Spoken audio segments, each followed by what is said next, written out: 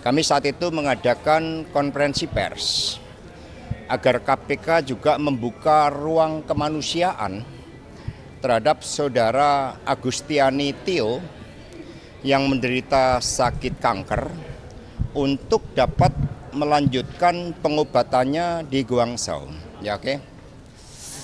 Baik, terima kasih rekan-rekan pers. Jadi meskipun persidangan hari ini berjalan lancar, tetapi tadi malam jujur saja saya sulit tidur karena memikirkan persidangan sebelumnya, di mana setelah kami berjuang sebelum ditahan oleh KPK pada hari Selasa tanggal 17 Februari, kami saat itu mengadakan konferensi pers agar KPK juga membuka ruang kemanusiaan terhadap saudara Agustiani Tio yang menderita sakit kanker untuk dapat melanjutkan pengobatannya di Guangzhou. Kemarin kita lihat bagaimana saudari Tio sampai nyaris pingsan, jalan terhuyung-huyung akibat haknya yang berkaitan dengan keselamatan dirinya, yang berkait dengan hak-hak atas kemanusiaan bagi dirinya. Pintu itu tetap tidak dibuka oleh KPK.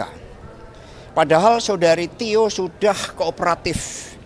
Dia kemarin mengatakan tidak mau disebut OTT karena saat itu tidak ada peristiwa hukum yang menyertai itu.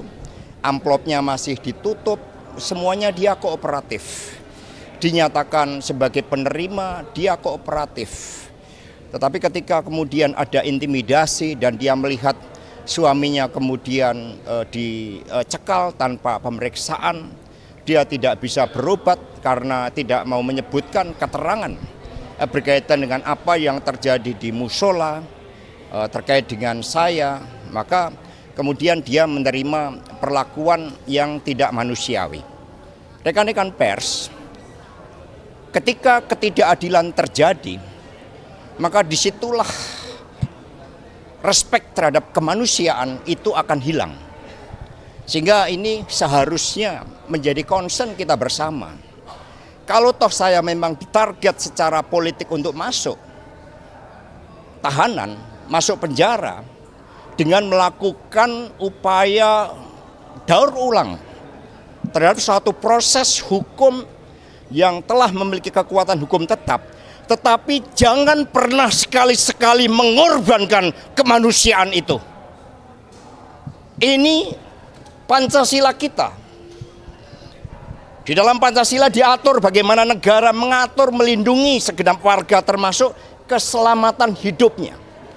Maka pada kesempatan ini saya menyampaikan suatu keberatan terhadap perlakuan yang sangat tidak manusiawi ini, dan semoga seruan kami sejak tanggal 17 Februari agar saudari Tio bisa melanjutkan pengobatannya itu dapat dibuka pintunya oleh KPK. Sekali lagi, ini bukan persoalan hukum lagi, dalam masalah kemanusiaan yang harus kita buka.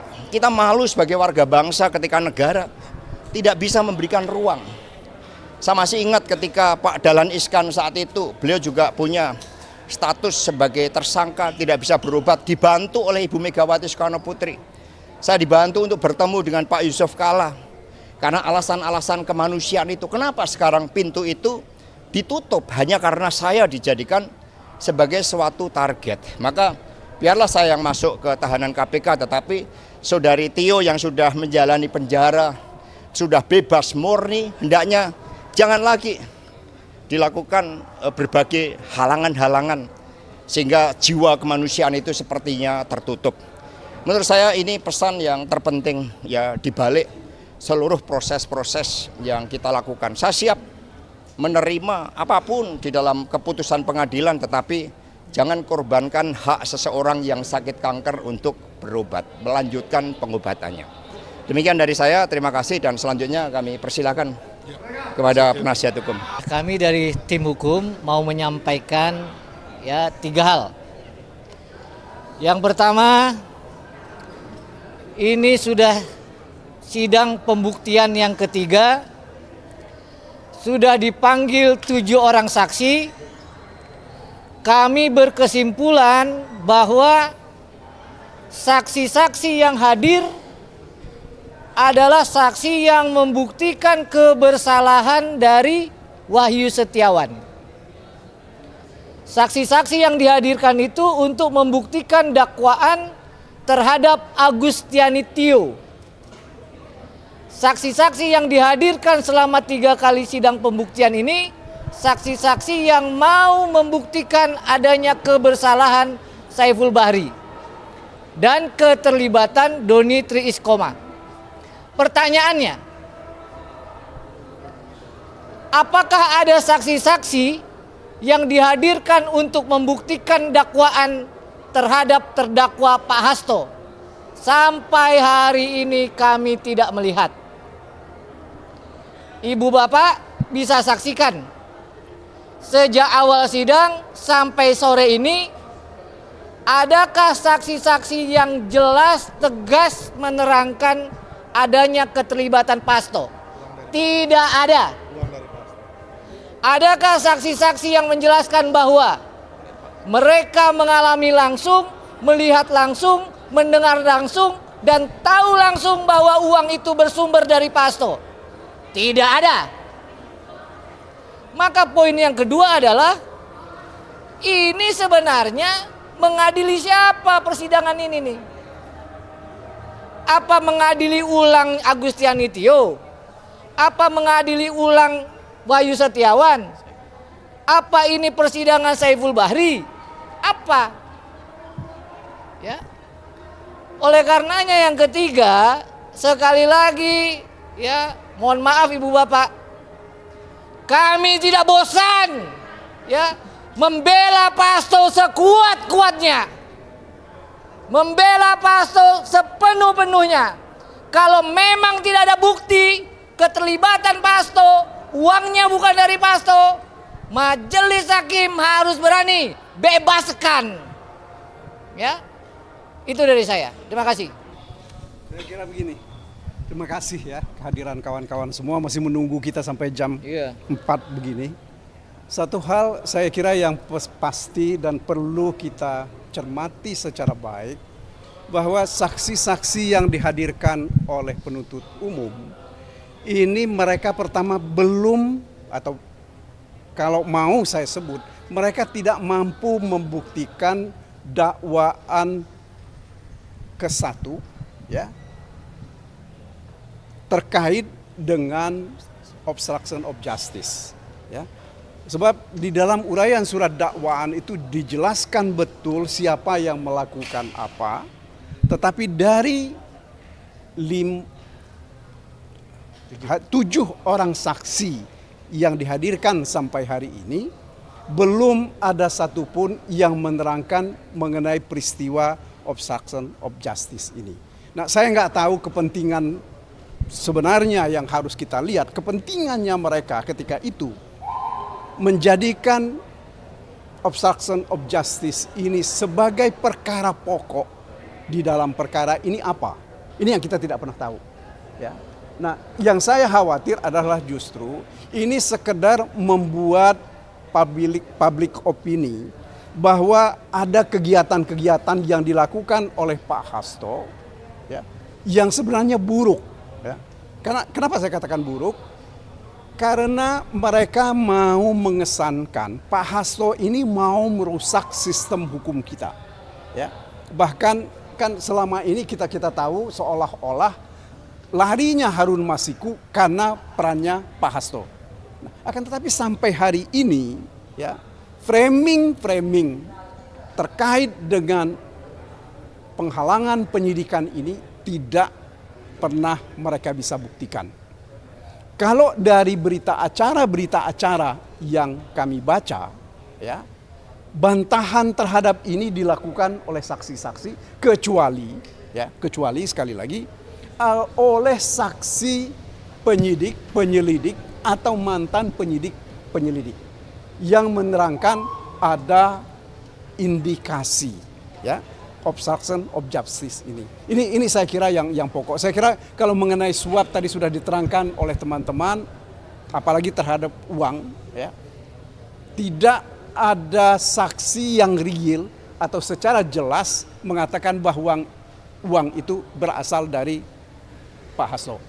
Dan juga tidak ada saksi satupun yang mengatakan bahwa ada perintah Pak Hasto untuk menyerahkan uang. Ya. Komunikasi Pak Hasto dengan Wahyu itu adalah komunikasi formal dalam arti bahwa sesudah ada kegiatan yang dilakukan di kantor KPU. Jadi nggak ada urusannya dengan persoalan pemberian uang ini. Saya kira sudah cukup. Ya, terima kasih sekali lagi atas perhatian kawan-kawan semua. Sedikit saja dari saya, teman-teman. Terkait dengan saksi yang dihadirkan hari ini, saksi Gerard, ini saya coba menyesuaikan dengan putusan 28 tahun 2020. Di dalam halaman 101 menjelaskan bahwa saudara Saiful menelpon saudara Gerard untuk ketemu dengan Harun Masiku. Kemudian saudara Gerard bersiap-siap jam setengah 10 pagi, kemudian dalam perjalanan sampai jam setengah 1. Saya bertanya kepada saudara saksi Gerard, kenapa tidak ketemu Harun Masiku? Karena terlambat, karena macet. Kemudian ketemu dengan Kusnadi. Nah, ini persesuaian dengan putusan nomor 28, yaitu saudara dalam perkara saudara Wahyu dan saudara Tio, bahwa kemudian saksi ini adalah Gerard, bertemu dengan Kusnadi dan mengambil uang tersebut dan berpesan ini dari Harun Masiku untuk Saiful. Clear ya? Artinya apa?